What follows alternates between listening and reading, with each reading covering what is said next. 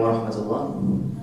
I just wanted to thank everyone on behalf of Sufa Islamic Seminary for attending our program here today. We're very thankful and grateful to Ustad Nouman Khan for being here with us today. I know that he doesn't really like introductions, and he doesn't need an introduction with any of us, so inshallah, without much further ado, I'll give it to Brother Ustad Nouman.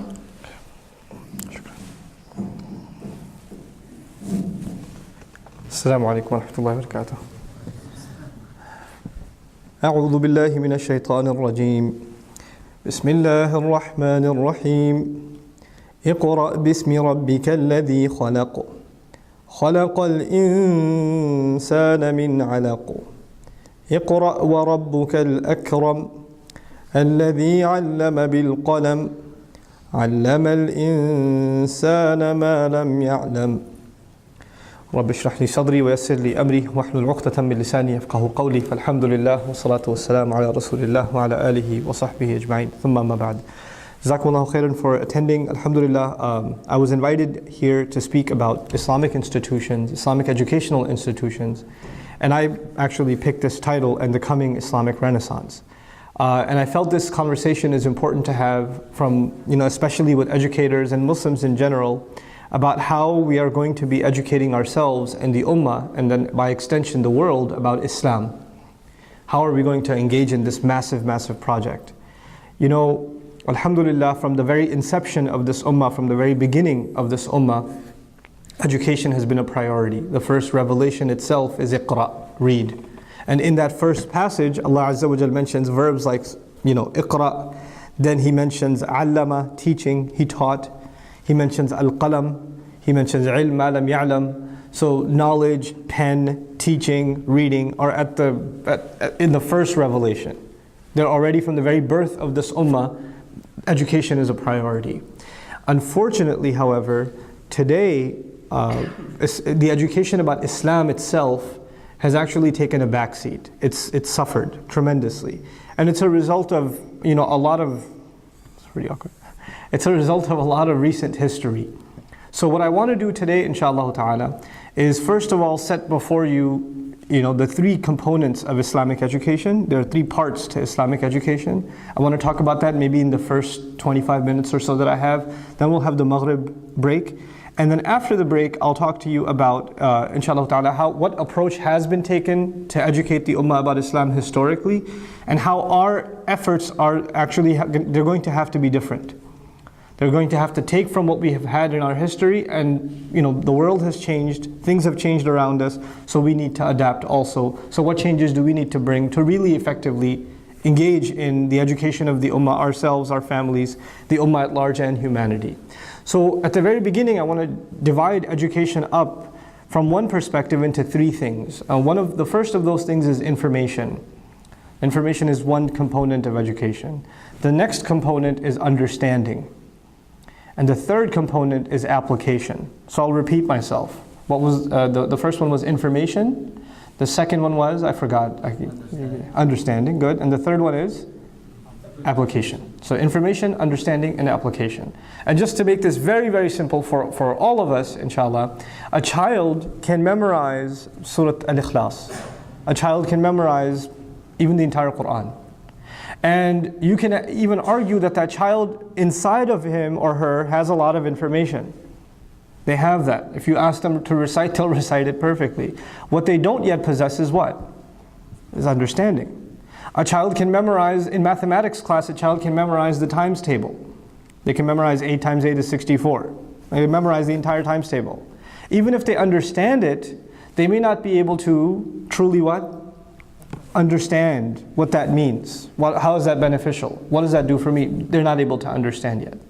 So information is one thing. It's important. It is an important thing. But it's different from understanding.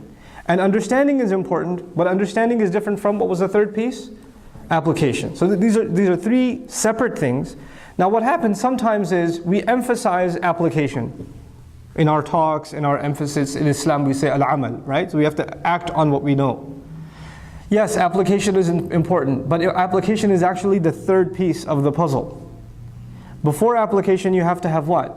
Understanding. And before understanding, you have to have what?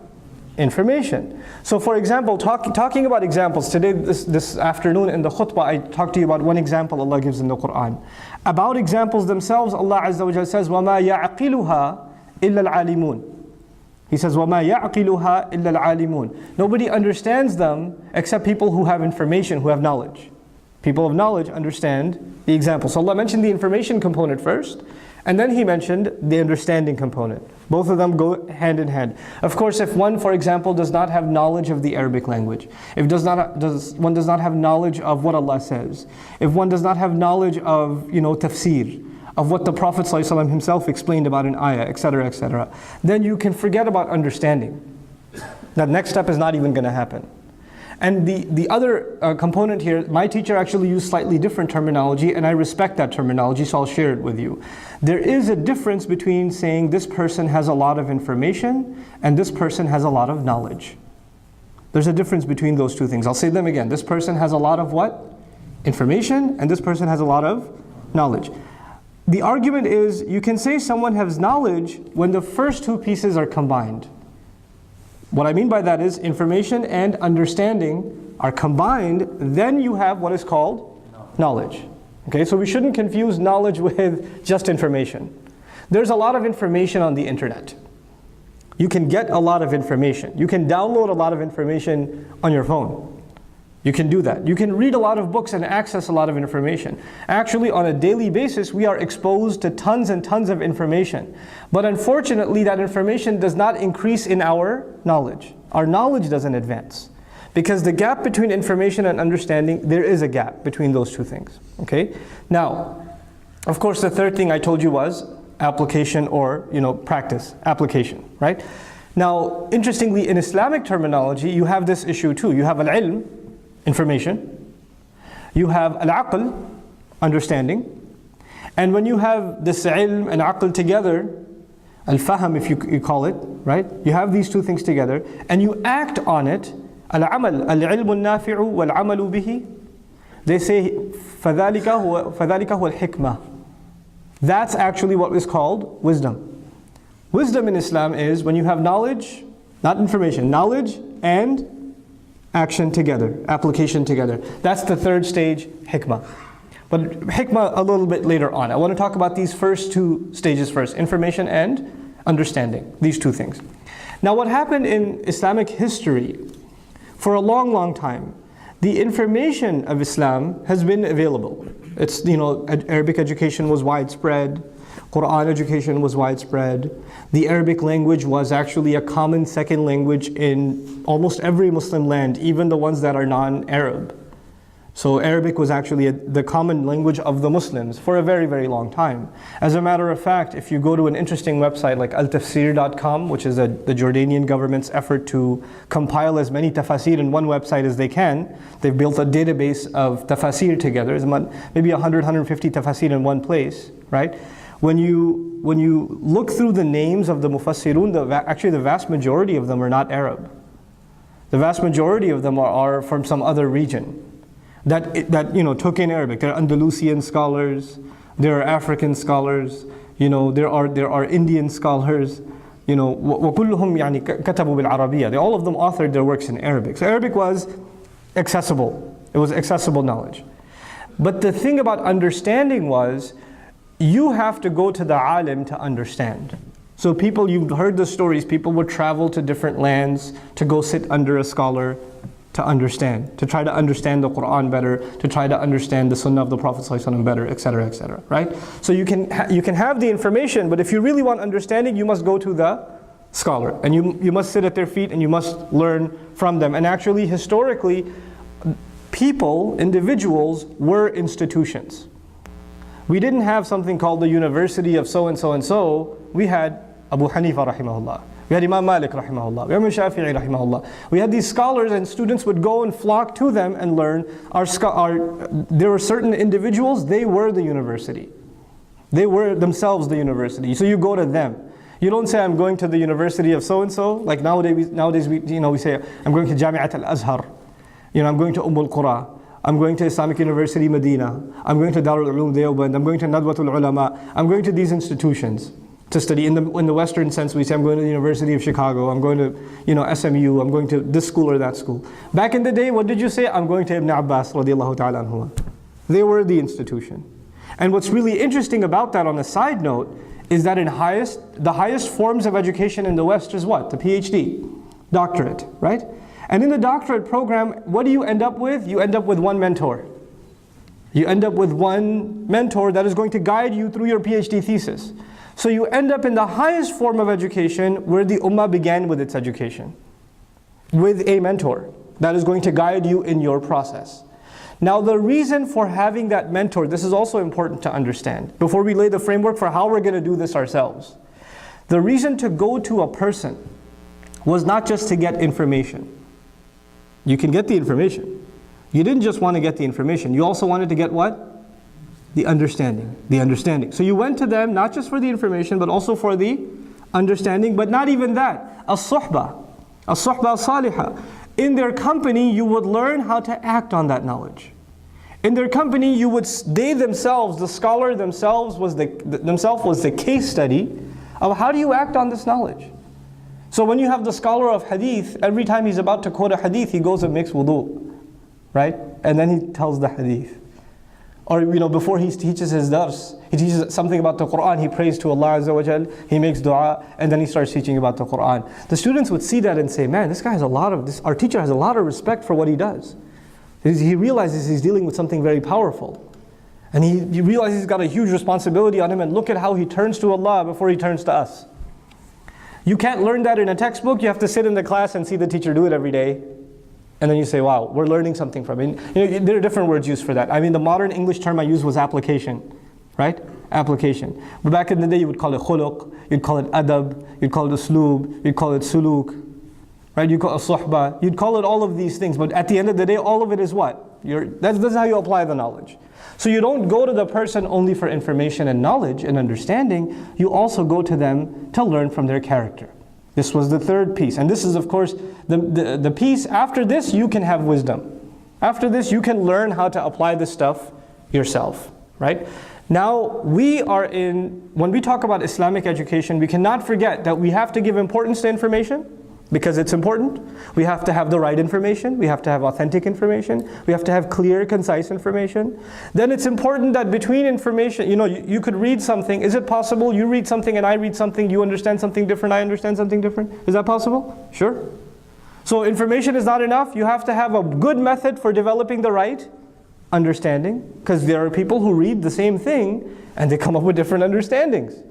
There has to be a method by which you understand. And those that have gone through this process and have trained themselves and are educated in not just understanding the right thing, but teaching you how to understand, teaching you how to think, that's an important process. That has to be in place. So information is important, understanding is important. Information is a project by itself.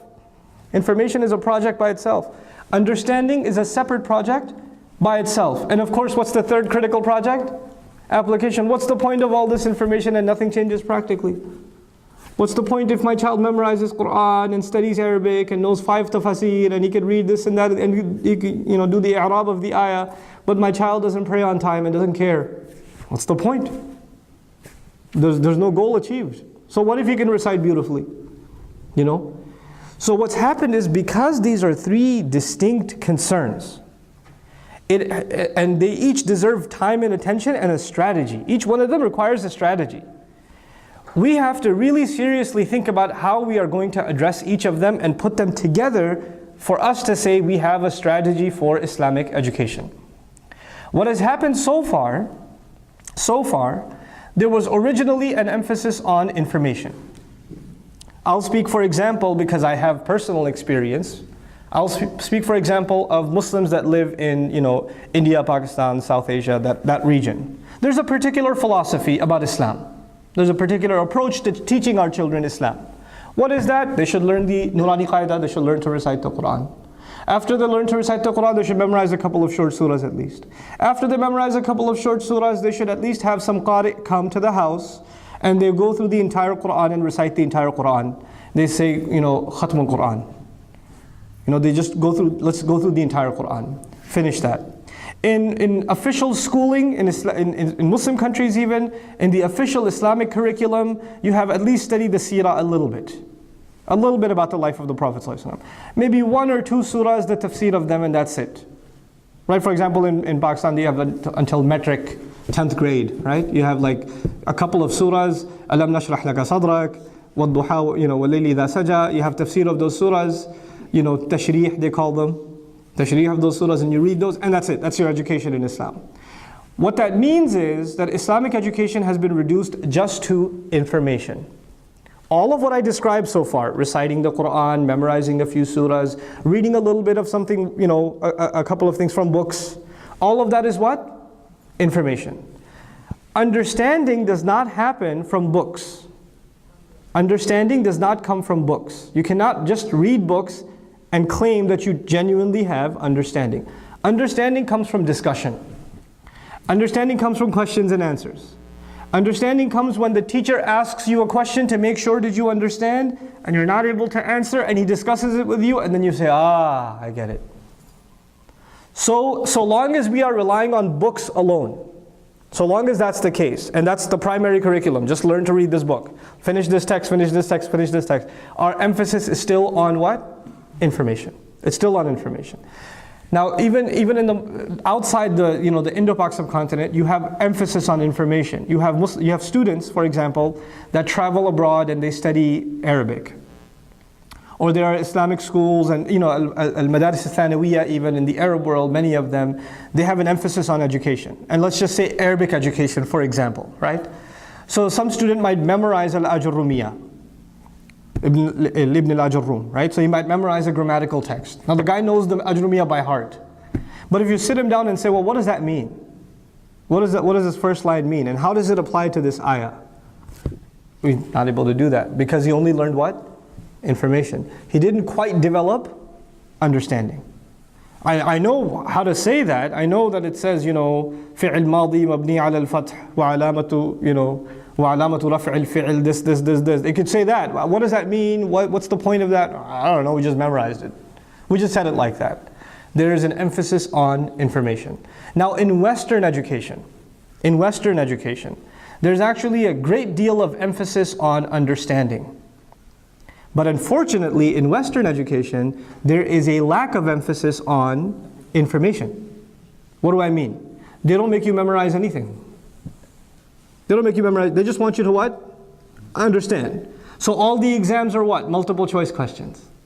True, false, multiple choice, right? Mixing and matching answers, right? That's what they are. Read the following passage and answer these questions.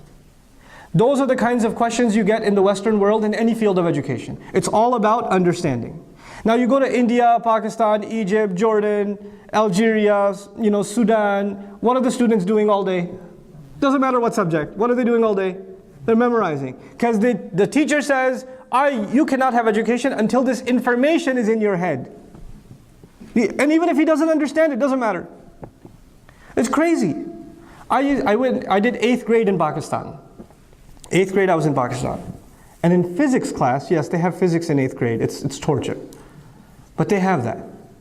In 8th grade physics, our teacher had a class on calculating the mass of the earth. Okay? The mass of the earth. And he wrote down the formula to calculate the mass of the earth on the board. So just a physics formula, took up the whole chalkboard, and we copied it down. And he says on Thursday, there's an exam on calculating the mass of the earth. What do you have to do to pass that exam? You have to memorize that formula.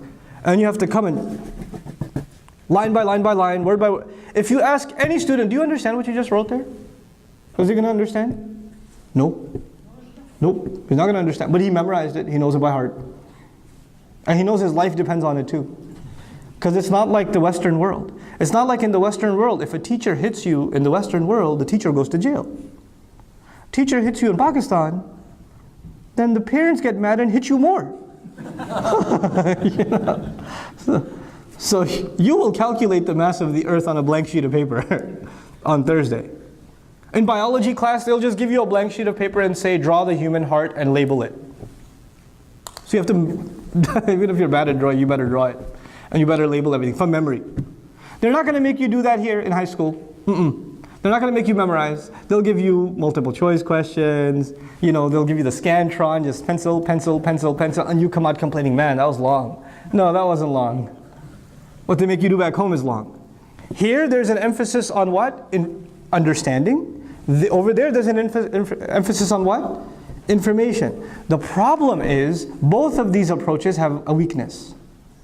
The problem of the information approach is, you could memorize something and until now, you still don't know why you did it. You know, a heartbreaking story to me, I met a Muslim kid in last Ramadan at an iftar, at a college.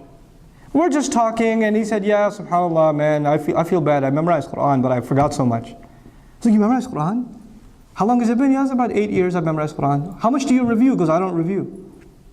I stopped reciting. Why'd you stop reciting? Well, you know, I felt like my parents made me memorize the Quran so they could show me off during Ramadan. And I didn't really see the point. I could recite it, but what am I reciting? I don't even know. What's the point? All this information, but no what? Understanding. No understanding. And it leads to a problem. It leads to a serious problem. You start asking yourself, why am I even doing this? Why am I making these du'as? What's the point of praying if I don't understand? People ask that question. What's the point of praying if I don't understand? What's this information good for me for? You know? On the other hand, the other problem is, you understand it really well. You took the test, multiple choice, you know. For example, you took the math test, or you took the physics test, or you took the psychology test, whatever it is, and you got 100 on the test, because you understood all the problems. But if I gave you the same test 6 months later, what would happen?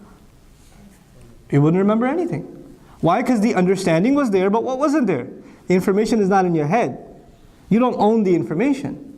You don't own it. So both approaches have a strength, but both approaches have a weakness. They have a weakness also, right? Now the Islamic tradition, and since I have 5 minutes left before Maghrib prayer, let me just wrap this up with the following. In the Islamic tradition, an interesting thing used to be the case. This was the traditional approach. They would argue that children, when they're younger, are better able to take in information. Their understanding has not developed, but their ability to absorb information is very powerful. Now when people get older, their ability to understand gets more powerful, but their ability to absorb information gets weaker. Now you at this age, some of you sitting here, gray-haired, cannot memorize the Quran. Now you have a hard time. You can't just listen to something and memorize it. You can't. But the younger kids sitting here can memorize in no time. They'll hear something and they'll remember it. They can regurgitate it. Mind is fresh. From the mechanical side, the information side, right? So the approach in Islamic tradition was, when children are young, whatever you can get them to memorize, get them to memorize. Let's just have them memorize as much as they can when they are young. And then, since the information will all already be sitting there, then as they start getting older, what do we start developing? Understanding. We should start developing understanding as they start getting older. It's a pretty intelligent approach. It's a very, very intelligent approach. Because when people get older, they have a hard time memorizing. They have a hard time retaining information, even though their understanding becomes a lot more sophisticated. That was the original classical approach. Unfortunately, we left that building halfway. So what we started doing in the Muslim world too is, for children, Islamic education is information, memorize, memorize, memorize, memorize, forget about the understanding. So it never happened. The understanding phase never came. It never came.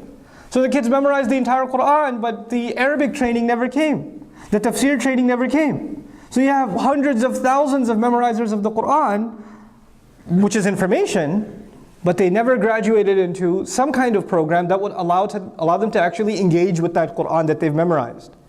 Besides just the tajweed of it, besides just the melody of it, besides that, right? We didn't develop a system for that. Now, individual huffaz is a different story. Individuals may have gone on to find their own path. But just like we built the hifz school institution, we did not, as an ummah, develop other institutions that would build on top of that.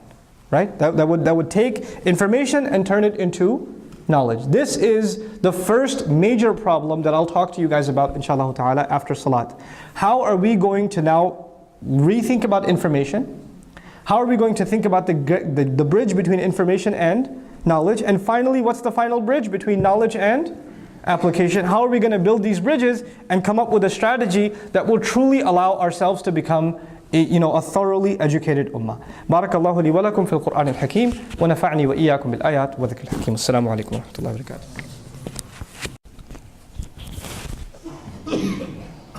I'm just waiting for my water bottle.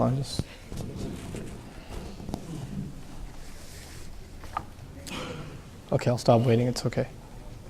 Is this working? Stop? Yeah. Okay. Alhamdulillahi Rabbil Alameen wa salatu wa salam ala Sayyidil Anbiya'i wal Mursaleen wa ala alihi wa sahbihi ajma'in. Thumma amma ba'd. Assalamu alaikum wa rahmatullahi wa barakatuh. So I've got a lot to share with you guys. I have very little time to share in. I want to start with a little bit of a review. In the first 30 minutes that I was talking, I mentioned that there are 3 components of education, and this is not just Islam, any education. What were those 3 components? No, not knowledge. Knowledge is made up of 2 things. So there's information, number 1, then there's understanding, and then there is application, right? Information, understanding, and application. And each of these 3 are important. And there's a problem when you emphasize only one of them or only 2 of them, or or don't have a strategy to go from one to the next to the next. If you don't respect these 3 things as distinct concerns that are all connected to each other, you're going to end up with a flawed educational philosophy. Something's going to be missing in the education. And this could be mathematics education, this could be history education, this could be Arabic education, and it's true also of Islamic education. Just to give you an example from the Arabic education, for instance, right? I can have my students memorize a bunch of words. And once they memorize those words or a bunch of sentences, that just means they have what? Information. They have information. If I don't teach them what those words mean, and how to use them properly, they still lack understanding.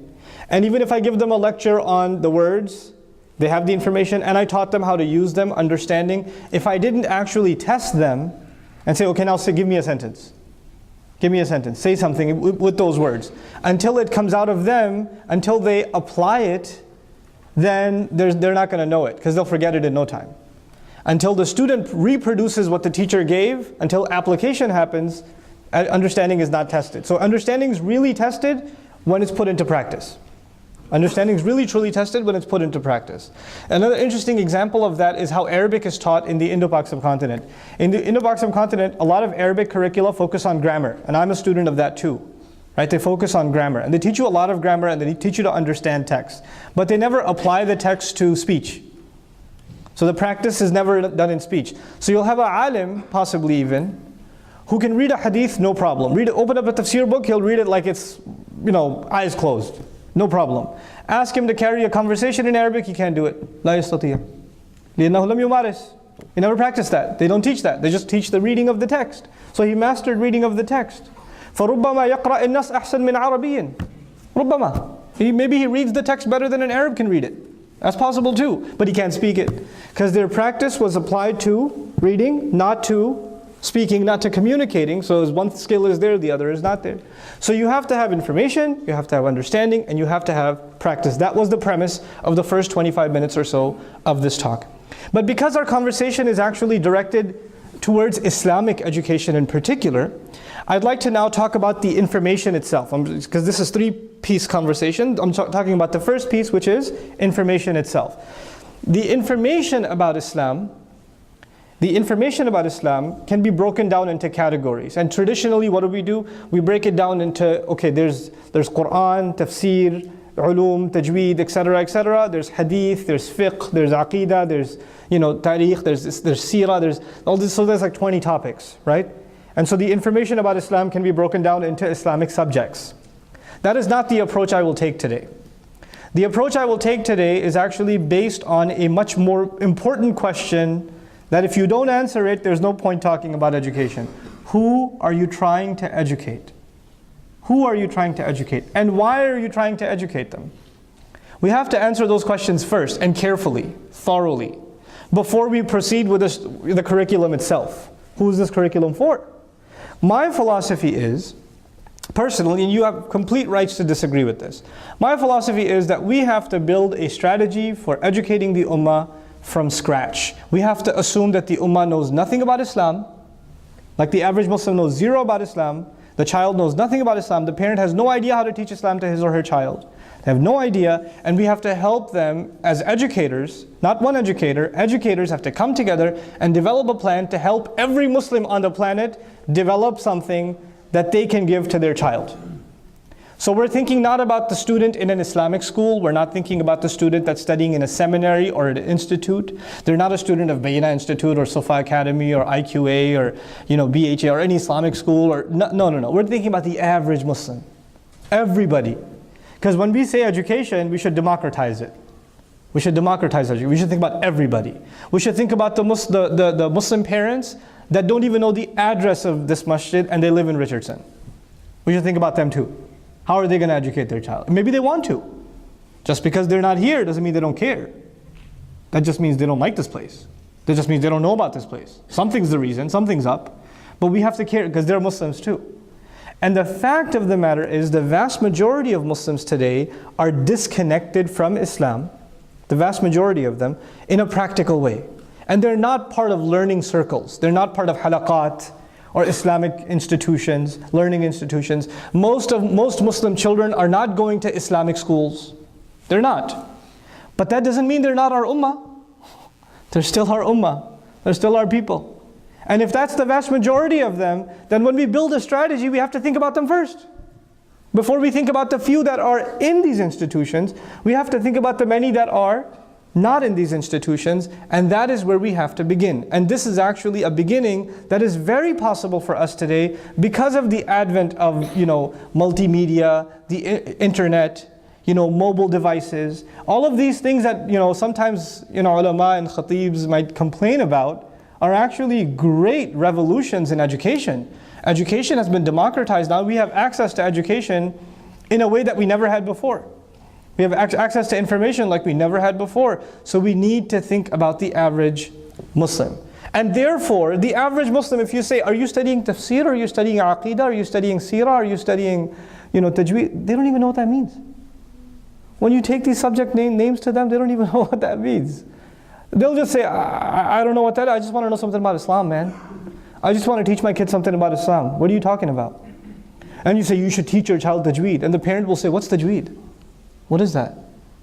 How do you teach that? I don't even know myself. So we really have to go just back to the drawing board. We have to build this thing from the ground up.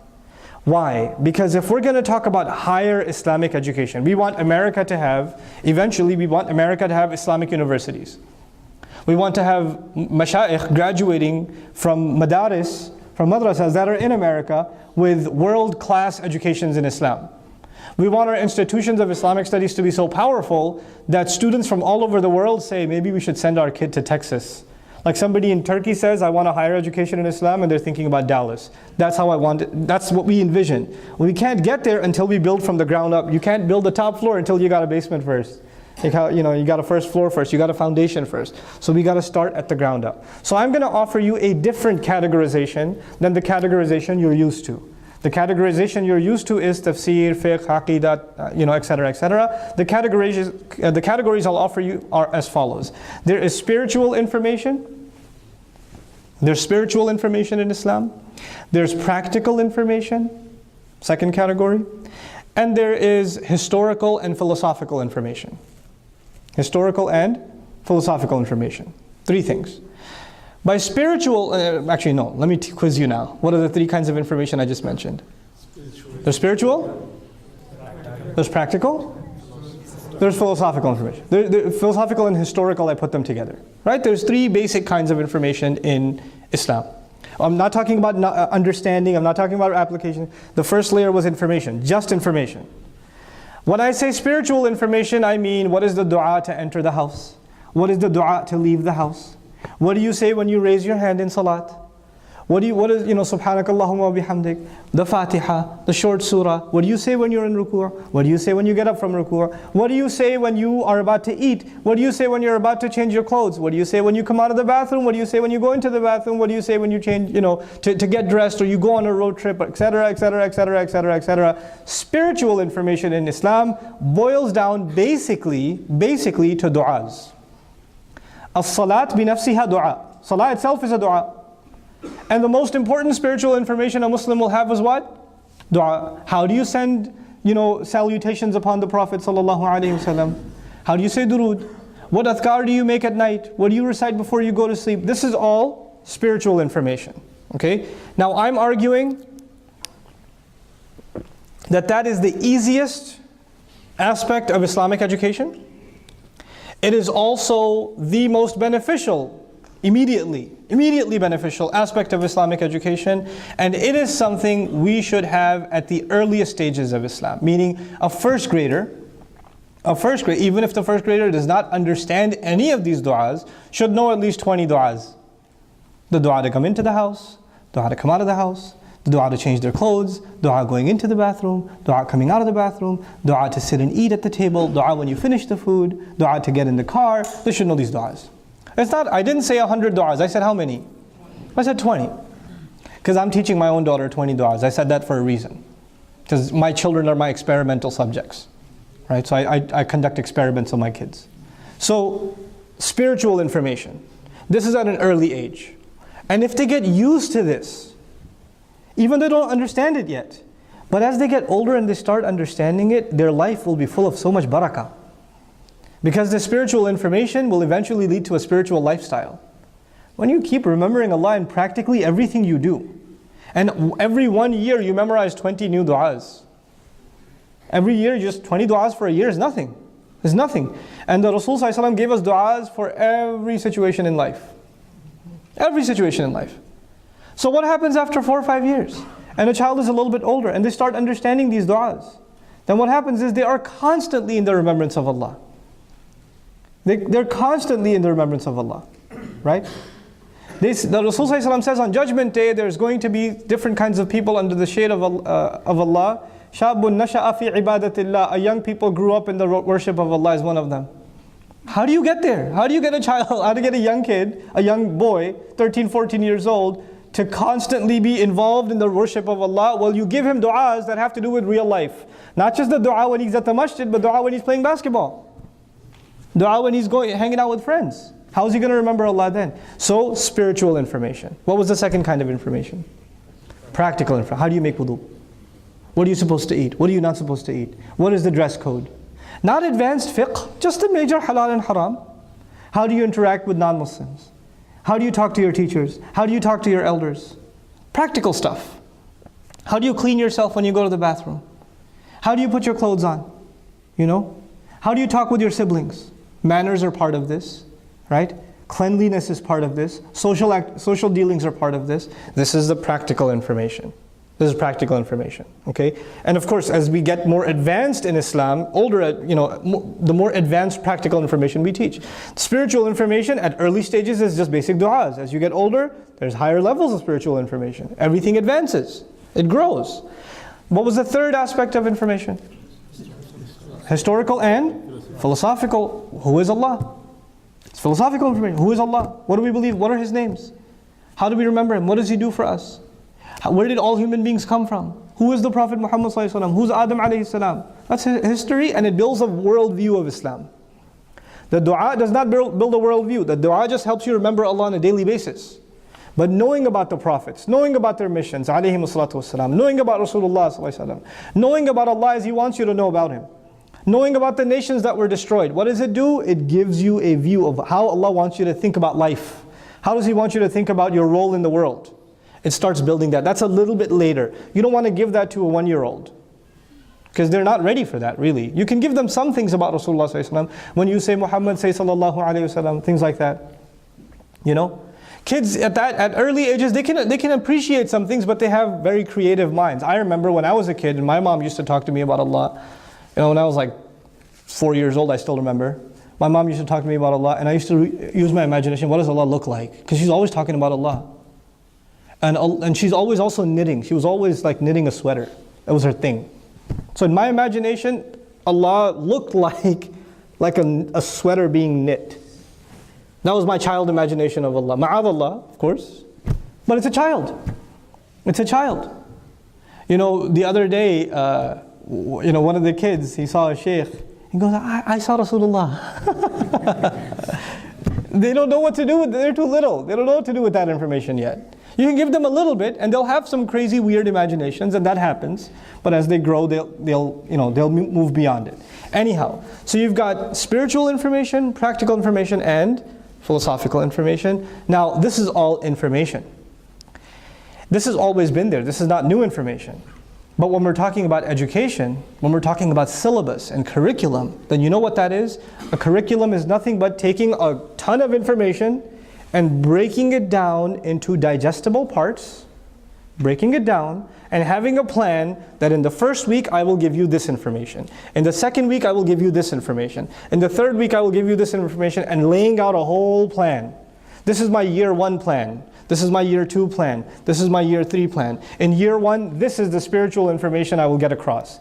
In the year 1, this is the practical information I'll teach.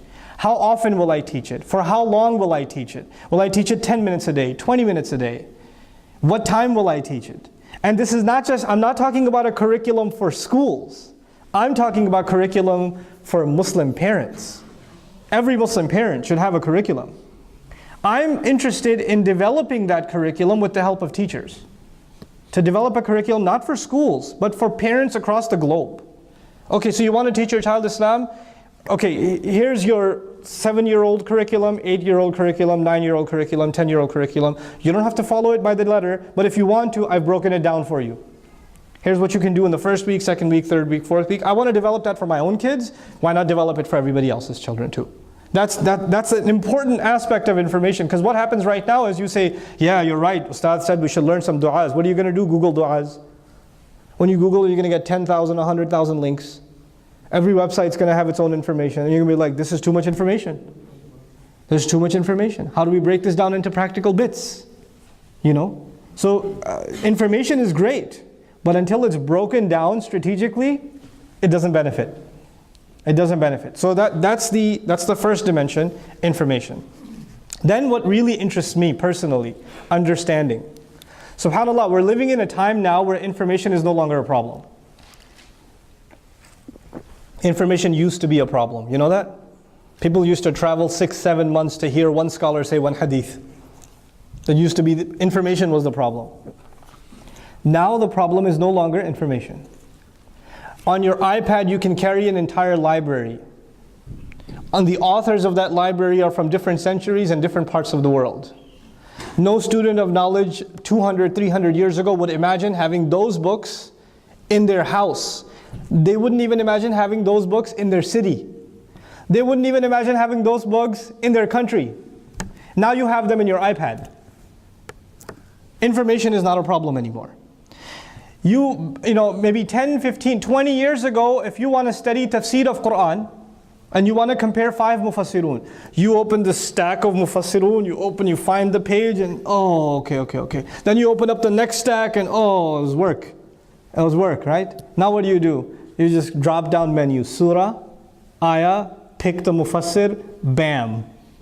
Tafsir in front of you. 8 centuries? No, I want to go 3 centuries later. Okay, bam, right over there. Okay, got it. Oh wow, I'm not impressed with this tafsir. Let me go to another one. That's information is not a problem. You know what is the problem though? Understanding. Understanding, in my personal view, is made up of 2 parts. I know I give you lots of things with lots of parts, but it's just what I do. Understanding is made up of how many? 2 parts. There's the lecture, and there's the practice, exercises.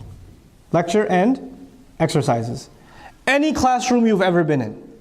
If you've been in an accounting class, if you've been in a psychology class, if you've been in a sociology class, most of the class is what? Most of the class is what?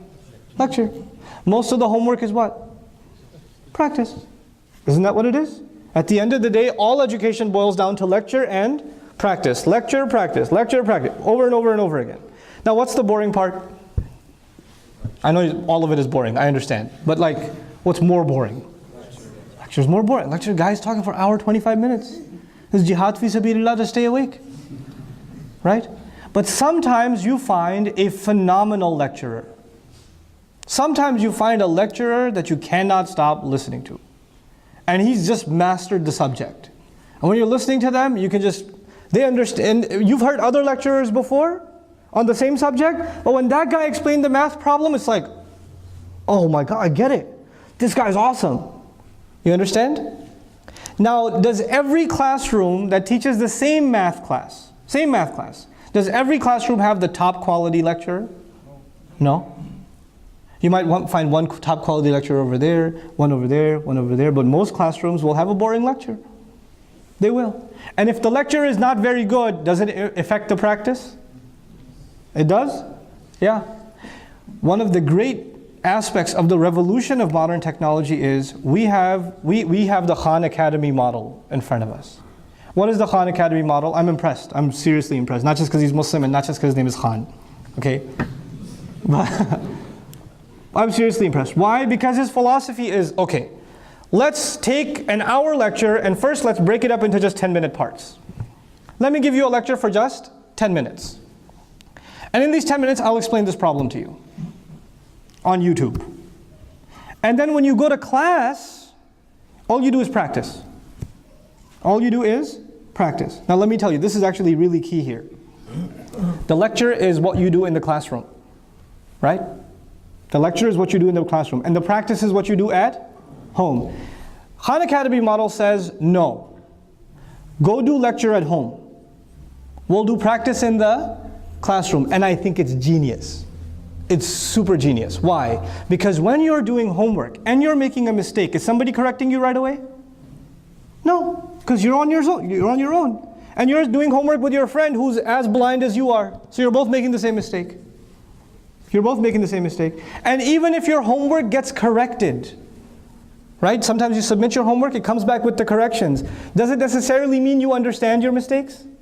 No. Is it a guarantee that every student who gets their homework corrected goes over their mistakes? You stick the homework in your bag, you never look at it again.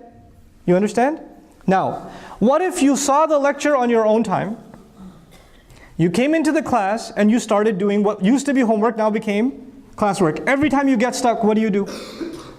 Every time you get stuck, who's there? Teacher's there. You ask him right away. He says, okay, remember we talked about that? That's how you do this, and you go, oh. And you get it. And you do it. Now, is this going to stick or no? It's going to stick a lot better, isn't it? It's going to stick a lot better. The other genius of this plan is that you can have the world's best lecturers shared by everybody. Because at the end of the day, understanding, I told you, is based on two things. What are the two parts? Lecture and practice. The lecture can be standardized. The lecture can be standardized. Let's get the world's best lecturer, the best Alif Ba Ta teacher on the planet. Let's get him on YouTube.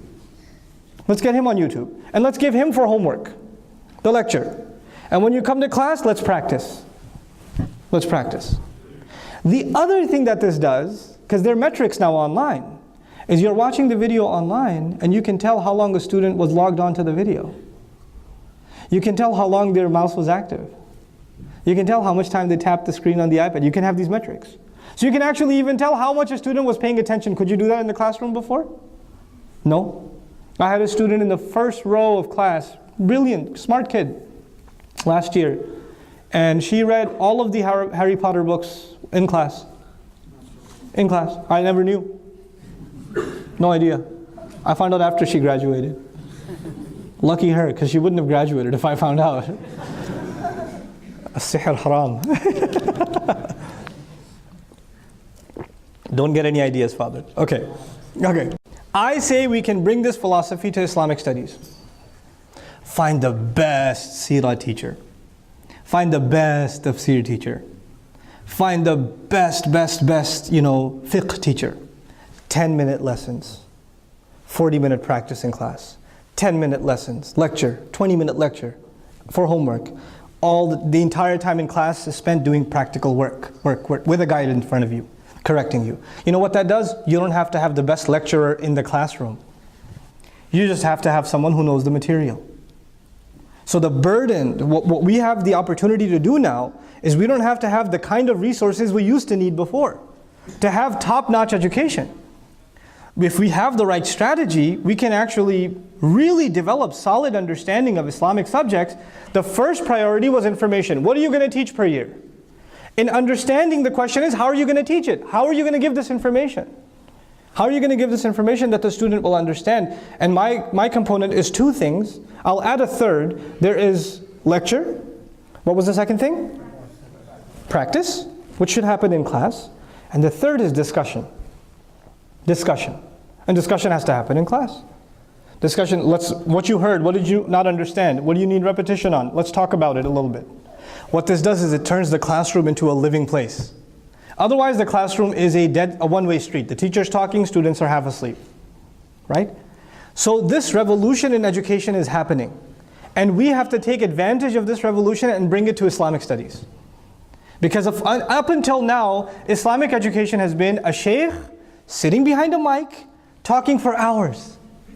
And students sitting there. And whether they understand or not, interact or not, because there's 10,000 of them. Right? So the lecture is awesome, the sheikh is awesome, but the students may not be awesome. How do you get students to be awesome? That is the issue here, right? And I feel personally that we have a real opportunity to completely revolutionize how Arabic is taught, how different parts of Islam are taught, completely revolutionize this stuff. So the quality of children we get by the time they're out of high school is just a completely different thing than when you and I came out of high school. The quality of depth in understanding and information and understood information is just a different level.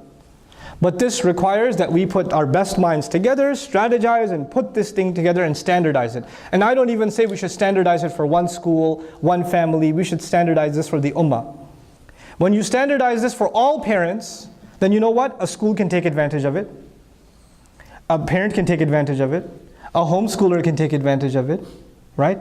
Then it's because it's so open, it's such open source, then it becomes accessible to everybody. And schools can even enhance it and make it more advanced, add more things to it, and take it at a further level. But a parent says, I only have 20 minutes a day, what should I do with my child? They have something too. That's how we have to think about taking information and delivering it to our children. And of course this, even in higher education, is beneficial. But we have to build it from the ground up. That's the other thing I personally feel, there are no standards right now. So we have the opportunity to rebuild the standards. What's the standard? What is the standard Islamic knowledge for a 15-year-old Muslim boy or girl? We don't have it. What's a 10-year-old standard for Muslim boys and girls? What should they know by the age of 10? What should they know? There's no standard. Your child knows something else, my child knows something else, right? So if we develop powerful standards, then whoever believes in those standards will try to live up to them. And then over time, if those standards are powerful enough, we'll raise the level of awareness of the ummah altogether. We'll raise that level of awareness. And that's really what I'm interested in. I'm interested in rethinking how we distribute education in Islam. I want to get to the point, because we're now in a global world, I want to get to the point where if I travel to Bangladesh, and I travel to Sri Lanka, and I travel to like Kuwait, and I meet a 10-year-old, they have the same education by the age of 10 that my child has in Texas, in Islam, in Arabic. They're on the same curriculum, even though their teachers are entirely different.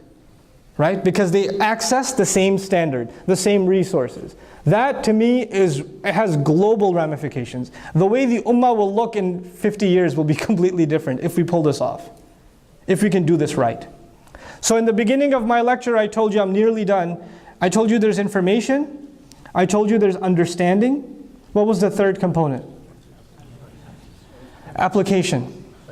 In the beginning of my lecture, I also told you that there was a unique situation in the ummah. The information, the understanding, and the application came from the sheikh. All of it came from the sheikh. Where do you go to learn? The sheikh. You learn the hadith from the sheikh. Then the sheikh explains it to you, so you get the understanding. Then you see the sheikh's behavior. You see him practically, and you get the application. All of it was coming from one person.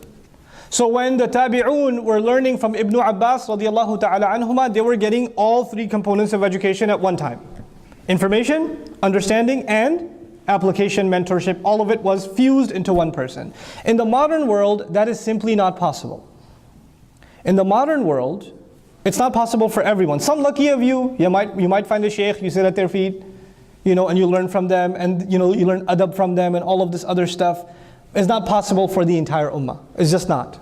We're not in the modern world. You are too busy. Schools are institutionalized. We don't even, when our children go to school, which I told you already, most don't go to Islamic school. When our children go to public school, they have a great math teacher. But is that math teacher their character teacher too? No, they're not learning practical life from their math teacher. They're just learning what? Math. That's all they're learning. So we've broken education down into just give me the information. Give me the understanding. I don't want your practical lifestyle. I don't want that. We have alienated these things. Now we can't just complain about it. We have to accept that's reality and work with it. How do you then adjust your strategy based on this new reality that may not have been there before, right? Before, the imam of the masjid was also the murabbi of everybody's small community. Every 2-3 blocks there was a masjid. Every masjid had an elder, and the elder was sort of a mentor to the children and things like that. That is a romantic model that is now gone. That is no longer the case. That is no longer the case. And you cannot expect the imam or the teacher to give 10 people that kind of attention. What to speak of 100, what to speak of 1,000. So how are we going to do this? The only solution that I've been thinking about this for a long time. What do we do about the practical side? And I've come to a few conclusions. Number one conclusion I have come to is there is no school and there is no collective institution that can teach application. Schools, masjids, universities cannot teach Islamic what? Application. They cannot. They cannot teach adab. Schools cannot teach adab. They can, very limited, very, very limited. Like respect for teacher they can teach. Fine, respect for books they can teach. But the true application, like the practical dimension of Islam, that education can only come inside the house. Only. If you don't address it inside the house, you can kiss Islamic education goodbye. Because Islamic education will then only be information and understanding, but it will never be applied. Application is a project for the house itself. It is a project for the house itself. What do I mean? I mean, I just taught my child to make dua to enter the house, but she never hears me make it. I never tell her, hey, we're going into the house. No, you forgot, come back out, go again. Make the dua and go again. That is not just knowledge now, that is what? That's application. We just, after Maghrib I just shared a hadith about jealousy. I shared a hadith about sharing, about giving. You just got into a fight with your sister. What do you remember from that hadith? Oh, the Prophet said so and so and so and so and so. What are you going to do with your sister now? Sorry, you can have it. But I want to give it to you because the Prophet said so. Application. Application. Application will not come anywhere except family. And then the extension of that, this is very important for us, especially in an alienated society. Families that are worried about these things have to come together. Families that worry about the character of their children, right? They have to come together. But come together not to learn deen, not to sit there in a lecture. No, not for that. But to interact with each other. When you spend time with each other, that's when ghibah happens. That's when fights happen. That's when, accidents happen. That's when somebody accidentally makes fun of someone and their feelings get hurt. When you have interaction. So the practical teaching of Islamic manners happens when people deal with each other, right? You know what we need to do? You need to get some of your family lives in Ohio. Some of your family lives in Chicago. Some of your family lives in California. You need to have a family get together, everybody, once a summer. Everybody, let's do a road trip to Michigan. Everybody, let's do a road trip to Ohio. Everybody, let's do a road trip somewhere. And the whole family gets together. Everybody gets together. All the people that usually say, they like each other, but when they spend 10 days together, ho ho ho. And then families reminding each other. Families helping one another. Cousins are getting along. We don't have that experience in the West, right? You just have husband, wife, children, and you visit the family once in a while. We don't have large family get-togethers. We don't have those, but we need to institutionalize those. And if you don't have large extended family, then do it with friends. Friends leaving home, going on a journey together, spending time with each other, building brotherhood, sisters building sisterhood, children building bond with each other, and you guys doing practical stuff like sharing. Like I'm a really big fan for practicality. I'm a really big fan of the Boy Scouts, for example. My boys get a little bit older. There's a Muslim Boy Scout thing in Florida that I know about, Panama City. Fantastic stuff. Fantastic. The brother takes them from the masjid, they pray Fajr, they go out in the woods. They have to, by the evening, the boys are told, well, we know how to build a fire here, we can show you how to do it, but you're going to build your own, you're going to cook your own. And you have to decide who's going to clean the plates, who's going to mind the tent, who's going to do this. You have to learn to work with each other. No cell phones, no video games, no nothing. No technology, no Wi-Fi, no 3G, no nothing. Just the woods and you have to deal with human beings and learn to work together. It builds brotherhood. It builds character. It builds sense of responsibility. Man, my job was to clean the plates. Now the plates aren't clean, now we can't have dinner. And it's too dark at night to go by the lake and wash the dishes. Can't do it now. Practical stuff. Practical stuff will come when we start institutionalizing healthy family activities. That will be the way to internalize this stuff. The real teachers of adab are going to have to be the parents. And though you can relegate, you can outsource math education, science education, English education. You can outsource those educations. But I'm arguing for the Muslim parents, we are going to have to become students just like we are teachers to our children for Arabic and for Islam. Because we don't know it ourselves, right? So we got to learn it, and we got to be co-students with our generation. So that by the time their parents one day, they're only teachers. They're not students and teachers. They're just teachers. But if we're going to raise that bar in a generation, then we're going to have to humble ourselves and learn with our kids. Because right now you don't even know how to learn. You don't yourself know. This is the vision that I personally have for Islamic education at the elementary levels. In 5 minutes, as I wrap up, I'll share with you what my personal take is on Islamic education at the higher levels. At the higher levels. Currently, we have Islamic institutions all over the Muslim world that offer different kinds of certifications. So you have Darul Ulum, Deoband. You have Jamiat al-Azhar. You have Islamic University Medina. You have different institutions all over the world. Turkey has its institutions. Indonesia, Malaysia have their institutions. India, Pakistan have their institutions for Islamic studies. Though those institutions are great, there is a new need. In addition, not in replacement of those institutions, but in addition to those institutions, there's a very serious need. If somebody says, I want to study counseling, and I want to help Muslims, marriage counseling, that sort of thing. Where do I study Islamic counseling? I don't know where to point you. I could say go to a psychology program, go to a secular counseling program, and then maybe study with a sheikh or something like that. But we don't have a bachelor's, a master's, a PhD in Islamic counseling. We don't have a bachelor's, master's, PhD in Islamic political science. We don't have a bachelor's, master's, PhD in Islamic sociology. We don't have a bachelor's, master's, PhD in Islamic economics. We don't have these things. Now, does Islam have something to say about psychology, about counseling, about sociology, about economics, about politics? Does it have anything to say about these things? Absolutely, it does. But our education is based on the text itself. Sharia studies, Aqidah studies, history studies. I'm arguing that those texts actually address a lot more than Sharia, Aqidah, and history. They actually address all human concerns. And we have an opportunity in the United States, because we're such a diverse population, and we have scholars from so many different backgrounds that we can import here, and they're already here even, to start building specialized programs in Islamic studies. I don't want to build something that's already there. We shouldn't have to build our own Sharia program. Sharia programs are already there.